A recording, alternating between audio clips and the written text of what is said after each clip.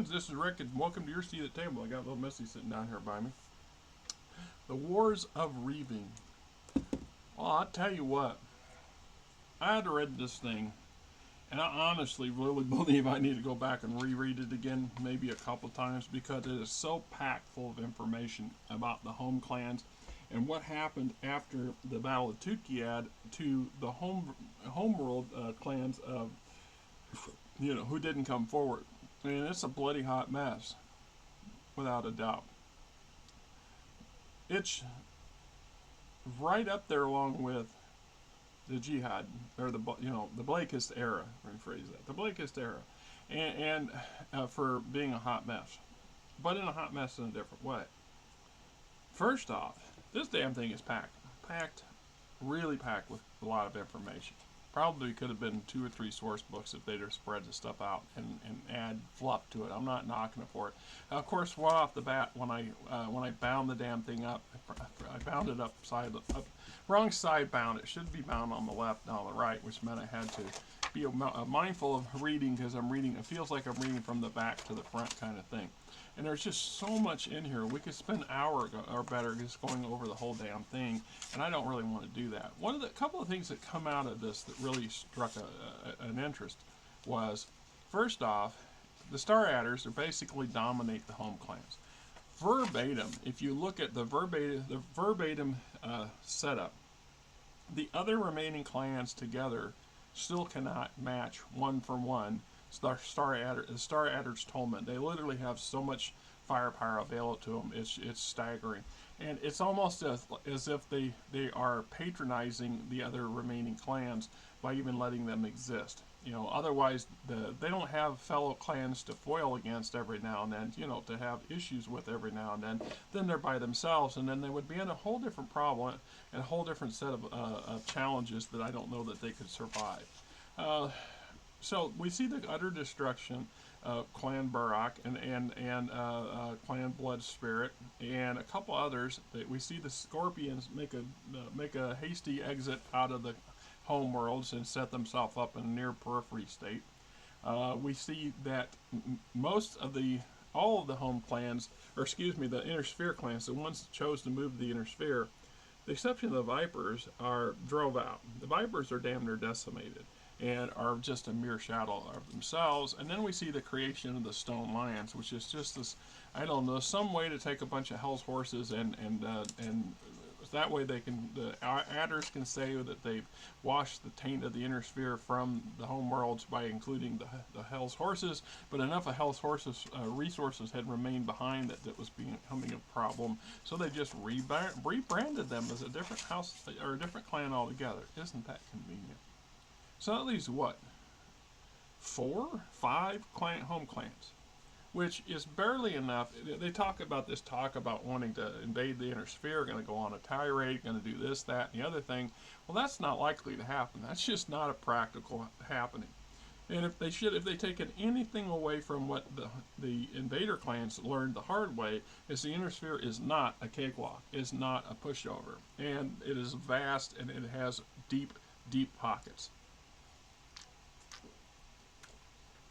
That's not to say that down the road something can't happen to the Inner Sphere and make it get weakened, etc., etc. And we see a repeat of the clan invasion. So Clan Invasion 2.2 or whatever. Now that we have the Ilk clan, established on Earth, we don't hear a whole lot about the home clans at all, and I think that's by design. That's on purpose. The CGL's got plenty of, Callus has enough on their plate right now to keep branching off into yet other much narrower side venues in my mind. That said, there's still an issue here. Nicholas Kerensky was very specific, and yet he was also very vague on just what the Ilk clan was supposed to be and how it was supposed to function. I think that was like the end goal that was never meant to be achieved as far as Kerensky was concerned. The idea would be is that the Inner Sphere would either be a total cakewalk and then there would be no need for the Ilk clan, or that the home clans would never, the clans would never have invaded the Inner Sphere in the first damn place. But they did, and we're here. So at the end of the day, Alec Ward has every right to make a demands on the home clans that they come and kiss his butt. They need to come forward as since he's the ill clan and the ill con, and then take a knee. And I don't see that happening. So that means that at some point down the road, that Alec Ward or his descendants will have to press that issue because it is a shadow over his legitimacy in my mind. Because if you have some clans that are holding out, some clans that are outright defying your command based on the clan belief system, and Kerensky, Nicholas Kerensky's take on what the ill clan and the ill Khan were supposed to be, then you can't let that slide. At some point, Alec Ward will have to take an action on. It's the same with the intersphere clans. The clans that are dancing around are outright denying his claim to Terra and his ill clan or ill Khan status, are playing with fire, because once again the ill clan ill Khan cannot afford to let that stand, and he will have to address it. So they were either come under the agency of the ill clan and become subordinate to him for the first time in their entire existence. Take that for an account. For the lion's share of the clan's existence, it was a partnership of equals in theory. That's how it was supposed to work, and they were supposed to basically play off each other for the good, the bad, and all the things in between, and that was how the society was set up to function, how the clans intermingled with each other.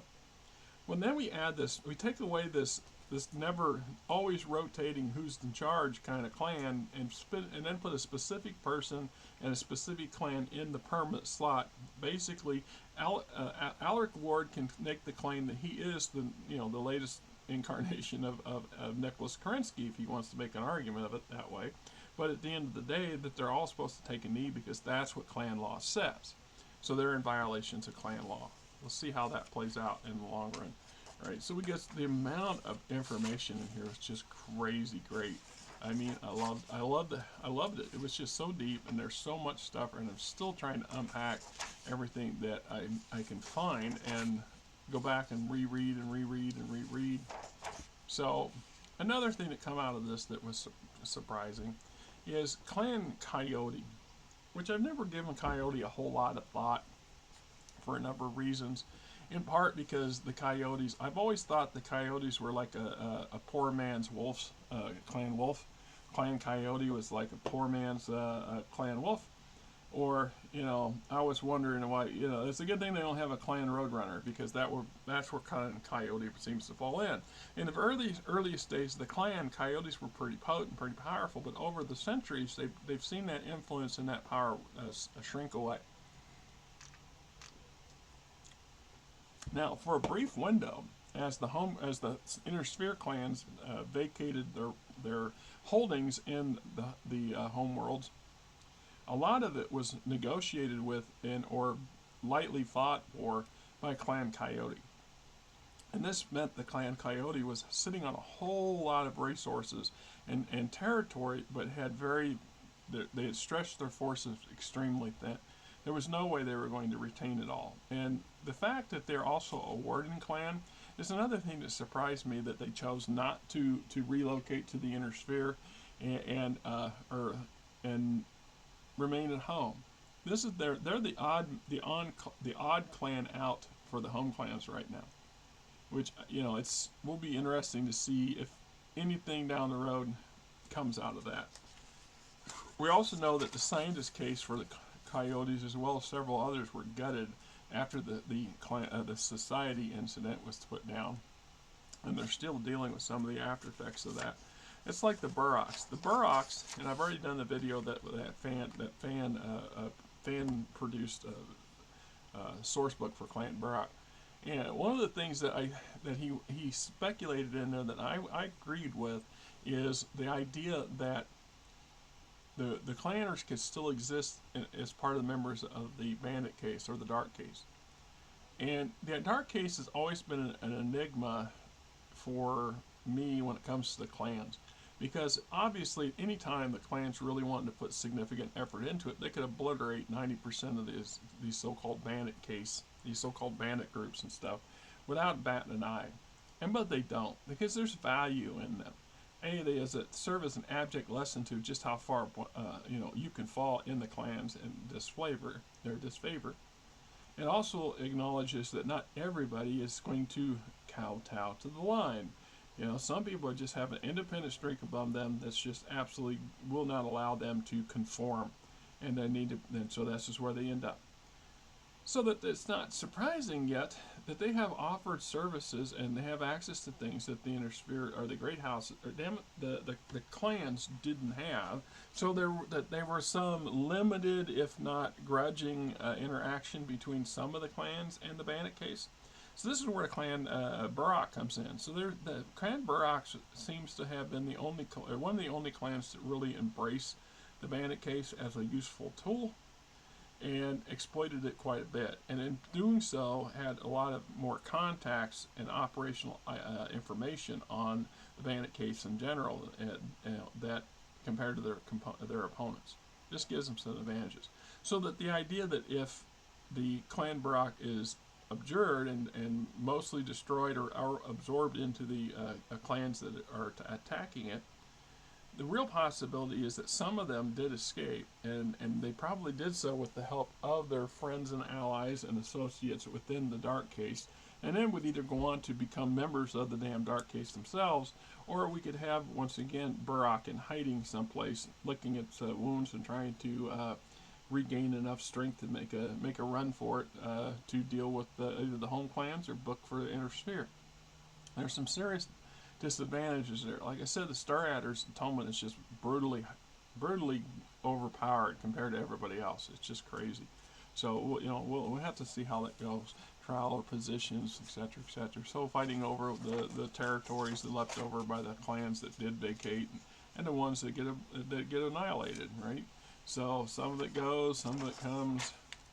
We get into ascent, slicing political seas, stalking the desert, trials, still in the trials of possession. The Vipers just seem to have a bad run. The Ice Hellions, and that's another one that gets obliterated or abjured and conquered, so it gets absorbed. Raven Absorption. The Strange Rise of Kendra Zeinzi, I can't pronounce it. Where were the sharks? The Coyote Prowls, blah blah. Hellion Folly Horses Games.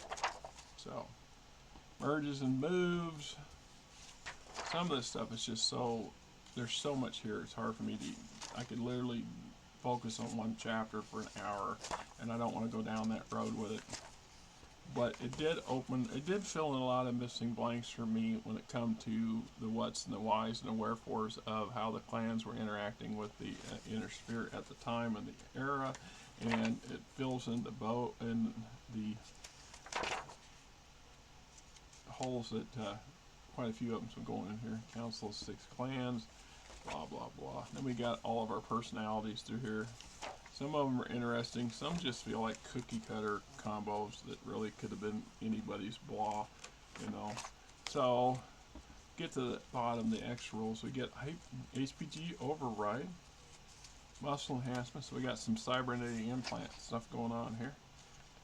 M5 types, Muchetic virotherapy.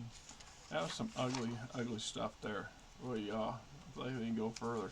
Then we got some variants. Here's the Austin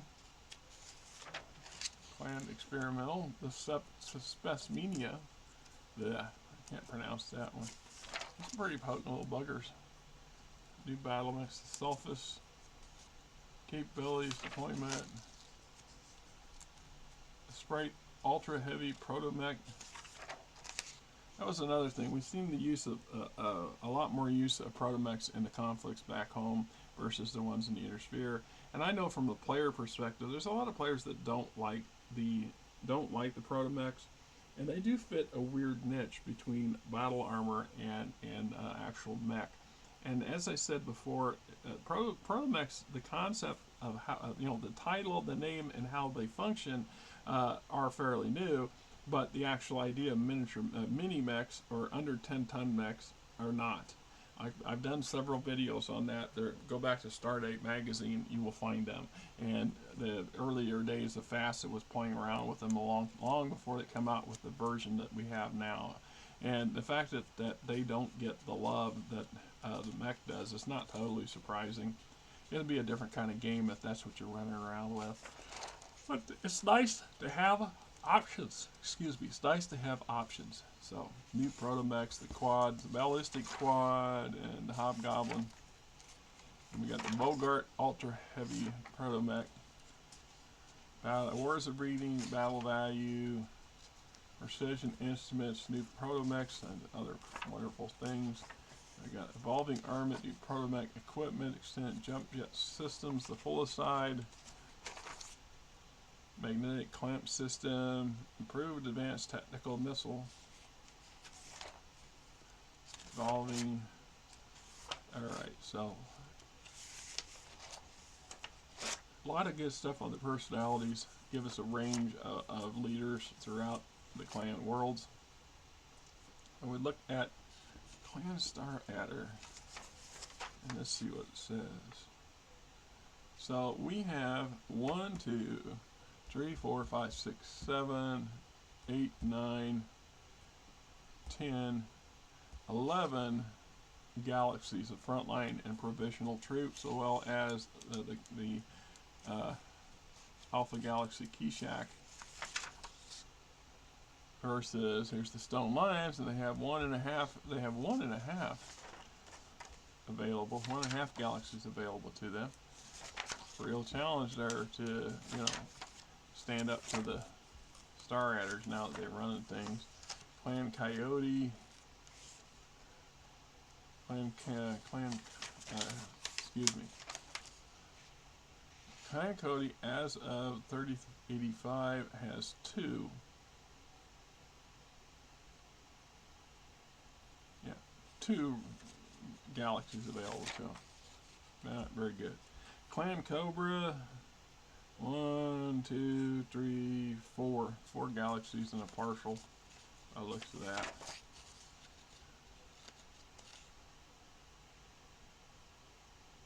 And we got Clan Scorpions.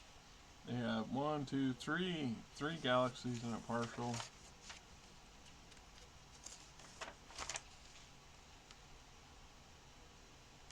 And that's another thing that's interesting about the Glass Scorpions. It could be argued that they really have divorced themselves from the clan concept, even though they're still clanners, they still follow all the precepts and systems and things of how clanners operate. But by merging with the Periphery Nation that they did, taking on an entire new, moniker for themselves, starts to move them away from the clan and more onto a inner sphere style of leadership, even though it's still clan based. Right? Clan Spread Spirit annihilated. Yeah, that was pretty brutal. Not surprising, brutal. A lot of abject lessons to be learned there from dealing with oh geez, I lost my thought. That process, right, is what it is.